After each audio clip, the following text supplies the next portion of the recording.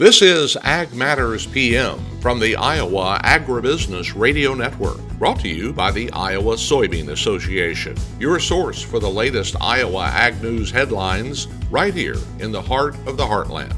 With reports from our award-winning team of Dustin Hoffman, Riley Smith, Mark Magnuson, and Andy Peterson. Now, from the IARN studios in Des Moines, here's Mark. Hello and welcome into Ag Matters PM on the Iowa Agribusiness Radio Network. I'm Mark Magnuson. Today is Thursday, June 26, 2025, and we're so glad you can join us for today's show. Coming up in today's episode, I will be joined by Ross Baldwin of agmarket.net for our closing markets here today. But first, it is my conversation with Mark Hulsebus of Alltech as we learn about the profitability for hogs looking brighter here in the middle of the year, and looking forward talking about the industry coming together to solve some of those challenges. Mark Magnuson for the Iowa Agribusiness Radio Network, and I'm joined today by Mark Hulsebus. He is with Alltech. Mark, thanks for taking the time to join me here today at World Pork Expo 2025. And Mark, coming to this show, I think back to where we were 2 years ago, just looking at the markets before coming to the show, kind of in a little bit of a rough spot. Coming here this year, seems like the general sentiment is just a little bit better at World Pork Expo, and that's kind of shown up in the amount of people we've seen here this year. I think that's exactly right, Mark. And I've done this interview now for a couple of years in a row, and very, very correct comment that you made around the last year or two, 2 years ago especially. Really tough time period in the industry, and it has changed, right, as a direct result of profitability back in the industry. I think that has manifested in a really solid attendance that I don't think we've seen for 3, 4, maybe 5 years at this particular show on both days, both Wednesday and Thursday. And I think that attendance for the producers and the industry experts and just allied industry as general has been rewarded with a lot of really innovative tools and products from one end of the supply chain to the next. And have you seen that at Alltech? Have producers, have people just involved in the hog industry had that sentiment of, hey, we're in a decent spot right now? I think yes is a short answer to your question. And I think, sometimes when you're in a really negative environment, you change because the pain becomes too bad. I think this feels a little different right now with profitability back in the industry. I have sensed personally that conversations are a much more of a nature that is much more collaborative and discovery-like in nature. Trying to understand, can I change while I'm on top instead of wait until the bottom the next time and being forced to do something different rather than being able to choose something different. Mark, what's something at Alltech right now that you've been excited about or something you've been working on that has really, I guess, got your spirits lifted up? Yeah, I think first off, I've been in the industry for 30 years, and so I feel privileged to have been around that long. And I think part of the reason I've been able to be around that long is we try, and as a team, we try to get up every day and solve a customer problem first. Because if you don't do that, there's no sense for you being here. And so one of the things that I'm particularly proud of that our team has been involved with is participation in the feed mitigant space. So our Guardian technology and what that has been able to do in terms of modification and making our feed supply for the pork industry much safer is a really, really proud moment for us. We've got a tremendous market share, and I think, we continue to look at ways to improve that, whether that's efficacy against new viruses, potential bacterial solutions with that same type of product, but really proud of what we've been able to do for the industry with that particular technology. Something that's kind of neat about the hog industry right now, and the fact that we know that producers are doing their jobs right, because we keep seeing that pigs per litter number just go up and up and up. We see the efficiency that producers are able to work with. I guess when you think about where we are right now, is that part of what all you've been talking about, that collaborative effort of farmers coming to companies, to these groups and saying, hey, here's the problems, how do we fix them, and everybody's worked together to do that? I do, and I think you mentioned pigs per sow, right? And clearly that has multifaceted roots, right? Genetics continue to improve, and kudos to the genetics companies for the role that they play in making our industry more sustainable, more profitable. But it goes beyond that, right? It goes to nutrition suppliers, it goes to equipment suppliers, it goes to technology providers, right? It is a small family. I know in the booth, particularly today, I've had 3 or 4 conversations where people have come up and been talking to a colleague and, oh, you know somebody that I know. And so I think part of what you're describing there is really, we are a small knit community, a lot of people in the industry, but it is a family. And I think that's a bit of what you're describing as well. Everybody's pulling that ship in the same direction for sure when it comes to the hog industry. Mark, is there anything else you'd like to let our Iowa producers, our Iowa listeners know about when it comes to Alltech and just what you're working on right now, what you're excited about? Yeah, I think as a general answer to your question, Mark, I would say one of the things we're really proud of at Alltech is the fact that we can do business with anybody in the industry in any way they want to do business, whether that's a feed solution, a premix solution, or a specialty ingredient solution. We've got ways through our different distribution channels to get technology and physical products to any producer, no matter how they're raising pigs. He is Mark Hulsebus with Alltech, my guest here today at World Pork Expo 2025. Mark, thanks so much for the time. Good to talk with you again. Have a great rest of the expo. Thanks, Mark. Appreciate it. Thank you to Mark Hulsebus of Alltech for joining today's show. It is time now for our closing markets, and I will be joined by Ross Baldwin of agmarket.net. But first, a word from our sponsor, the Iowa Soybean Association and the Soybean Checkoff.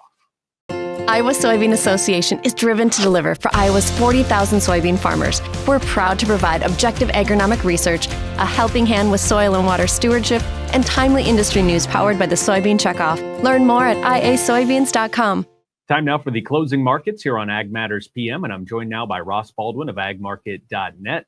Ross, there hasn't been a lot of bullish news in the grain side of the ag market so far this week. Did that continue here on Thursday? What did we see with the trade? Hey, Mark, you're right. It's been pretty ugly across the grain markets for quite a while now. And today, while it was a quiet day, you could say, it was another day of lower trade with July corn, which has first notice day on Monday. July corn closed a penny and a quarter lower today, around 409.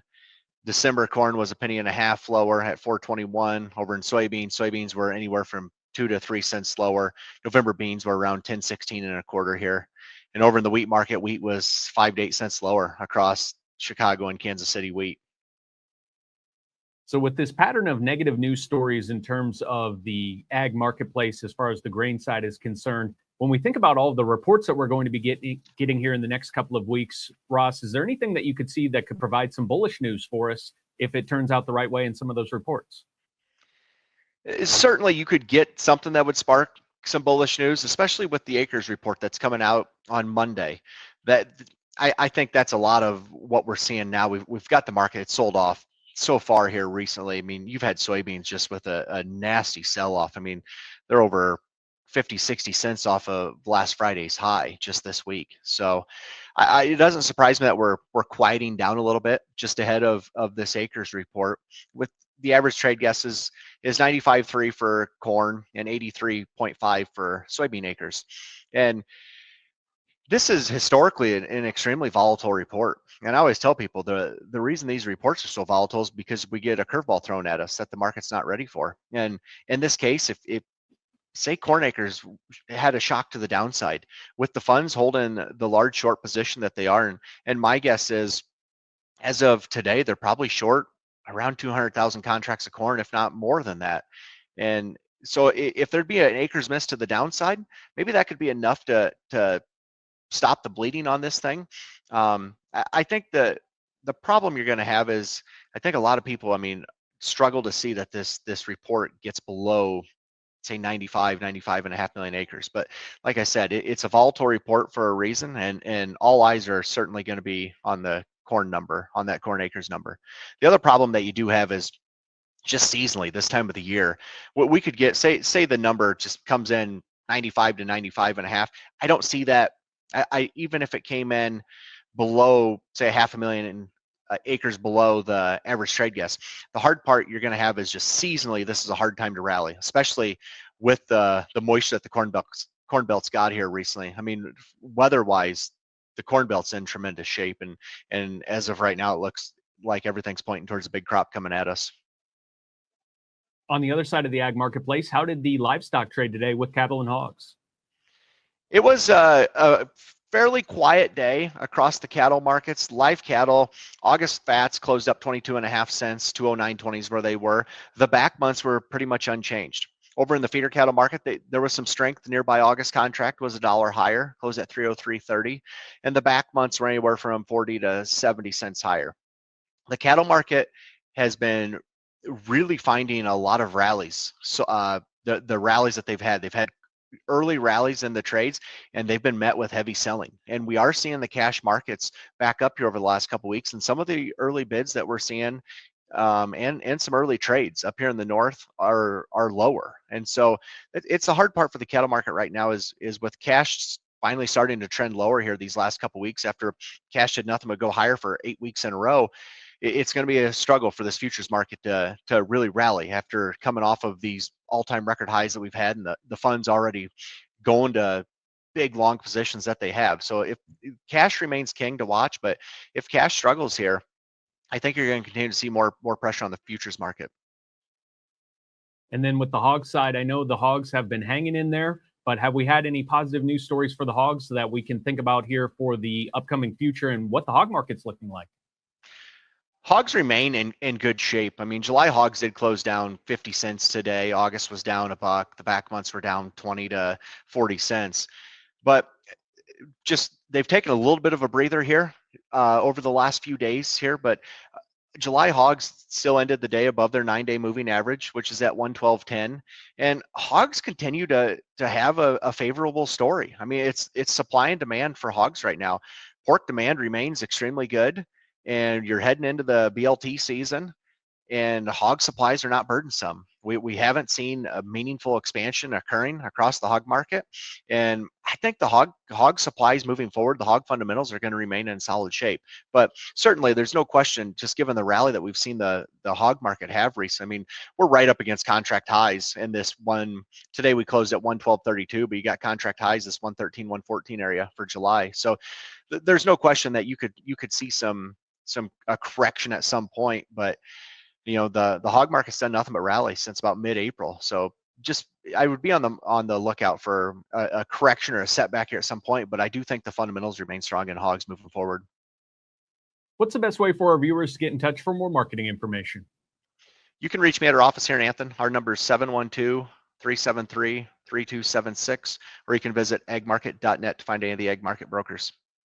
He is Ross Baldwin with agmarket.net, my guest here today for Closing Markets. Ross, thanks so much for the time. Always appreciate it, and have a great rest of your day. Thanks, Mark. You too.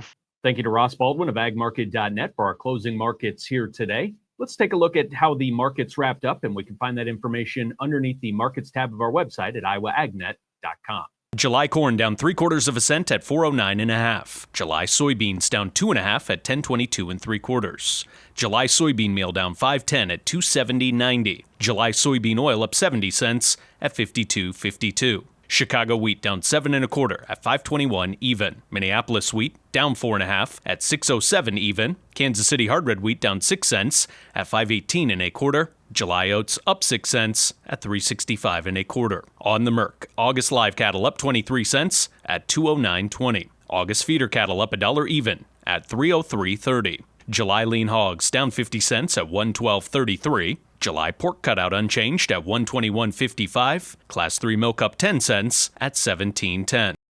That brings us to the end of our market coverage for today and wraps up the end of today's show. You can find all of our content on our website at iowaagnet.com.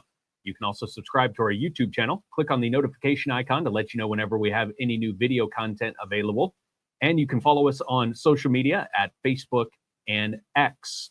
You can also listen to our morning, midday, and closing market podcast, as well as our daily episodes of our Iowa Ag Matters podcast at Apple, Amazon, Spotify, YouTube, and Podbean. From the Iowa Agribusiness Radio Network studios in Des Moines, I'm Mark Magnuson. For Dustin Huffman, Riley Smith, Ashton Jolly, and Andy Peterson, we thank you for watching. This has been Ag Matters PM.